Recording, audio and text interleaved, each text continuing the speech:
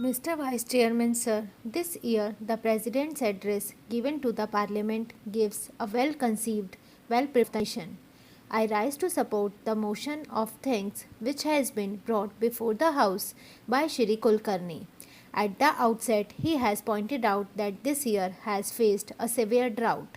Then he points out to the danger of internal and external forces that remind us of the secessionist tendencies, the terrorism that is prevalent in a very serious form in the northwest and northeast frontiers of the country. This really requires attention of not only the government but of all the people of all the political parties existed in different parts of the country. In his speech, he has tried to remind us of the promises made in our Constitution. It is our sacred duty to see that those promises are fulfilled. He has said that the ideals of secularism and socialism are enshrined in our Constitution. These values have to be upheld, and above all, integration of the nation is also to be upheld. Sir, it is time that we did not discuss matters out of emotion. When we speak emotionally, we forget these high goals, we forget reality and rationalisms. Sometimes it is necessary to see that healthy criticism is there. It is required in a democracy to rectify mistakes of a government. It is a welcome feature, but when we speak emotionally, we forget these fundamental facts and obviously we commit mistakes. Here, we should remember that we are speaking in the highest supreme body of the nation where the future of the nation is to be built. When we are discussing all these things in this house about the goals of the nation, about the development of the national life, the whole world is watching us. So, this factor has always to be kept in mind. Now, coming to the second point about the external dangers, we know of the terrorists in the border states. Sometimes they are assisted by certain outside powers who are not happy with our development. Sometimes they are provided with the latest weaponry with ulterior motives. These things have been discussed in the House and they need not be repeated here. But we cannot be blind to ourselves. We have to look to these aspects. Many of the honorable members have made a mention of these things and we must be prepared for everything. Sometimes they are supplied with sophisticated weapons. Superpowers are helping them. So we must be careful and watchful. Another thing is about the secessionist tendencies supported under the cover of religious fundamentalism abated by foreign agencies. This must be curbed. That is the greatest danger in our country today.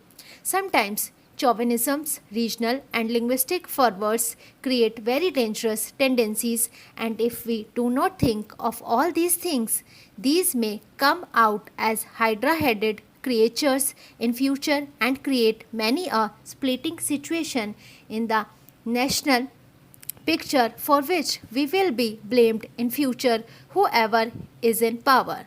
It is the responsibility of all citizens, all political parties to look into these factors which have been rightly pointed out in the President's address.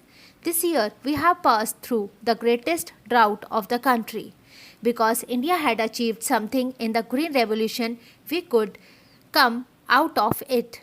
Out of 35 climatic zones, 33 zones suffered from scanty rainfall and drought, and some parts of the country faced floods also.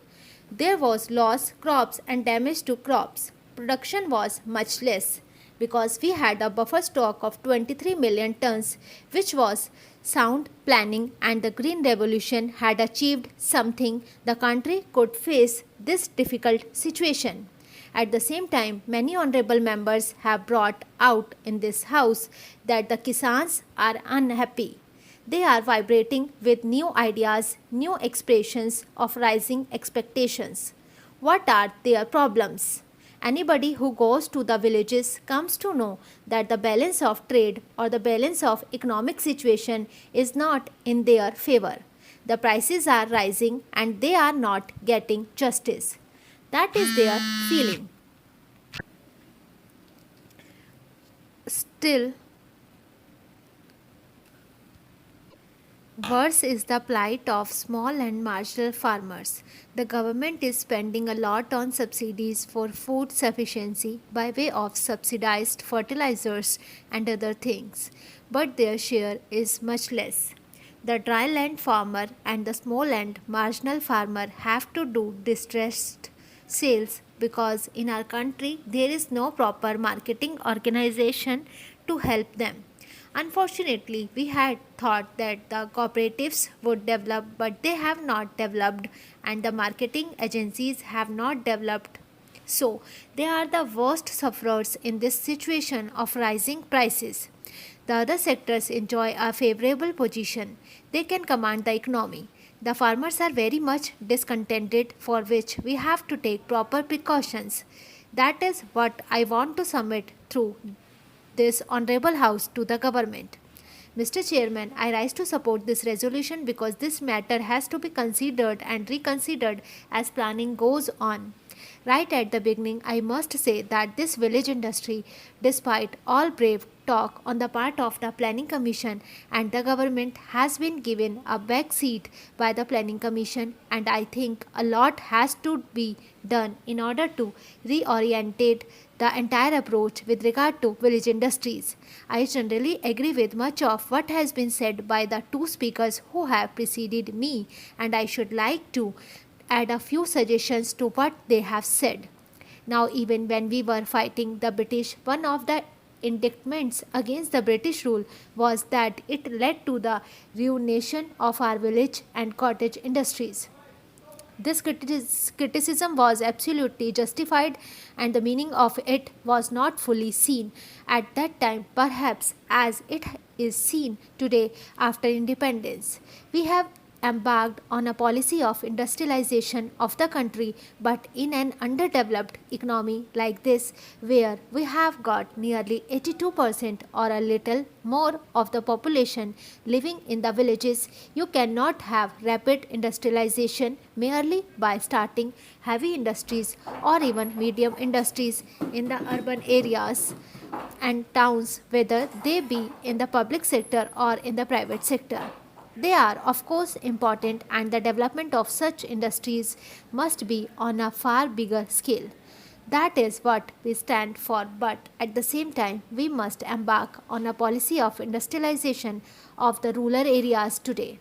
There was a time when capitalist economists almost took it for granted that with the development of capitalism, rural industries must go, and in fact in Europe in the beginning of the 20th century we saw in Germany and other places and many small scale and village industries going out of existence as capitalism grew. Monopoly capitalism, which is growing in our country, also has a tendency to crush the small and medium industries, let alone village industries. The moment rural economy is drawn into the orbit of capitalistic marketing, the tendency is there and the law operate for the decline of the rural industries of the type that exist. Now, this process is there in our country artificially. We are trying to maintain some. In the rural areas, you have nearly 3.5 million new job seekers every year. Rural industry must be viewed from the larger angle of industrialization of the country, from the point of its employment potentialities, and also from the point of view of raising the standard of living in the country. Yesterday, there the Prime Minister was saying that unless agriculture looked up, national income would not go up still higher and the standard of living would not go up. I entirely agree, but then in the rural sector of our economy, we must develop simultaneously the other sector that is called the rural industrial sector for promoting rural industries on a larger scale. That is not being done. Now I found in our country and we heard companies that these industries were not getting help. The artisans are not only not taken care of, but they are sent to their doom by the government in many places. I found that in the south also many fine handloom industries which should be nursed by the government and developed with all the attention and care are allowed to go out of existence. Therefore, it needs a serious rethinking.